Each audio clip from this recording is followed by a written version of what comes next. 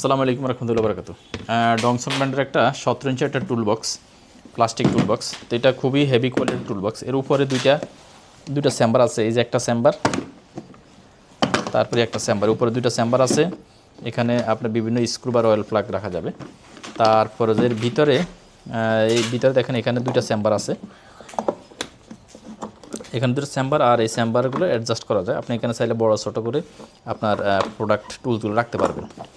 তারপর হলো ভিতরে একটা বেস্ট খুব বড় সড়ো একটা কম্পার্টমেন্ট আছে।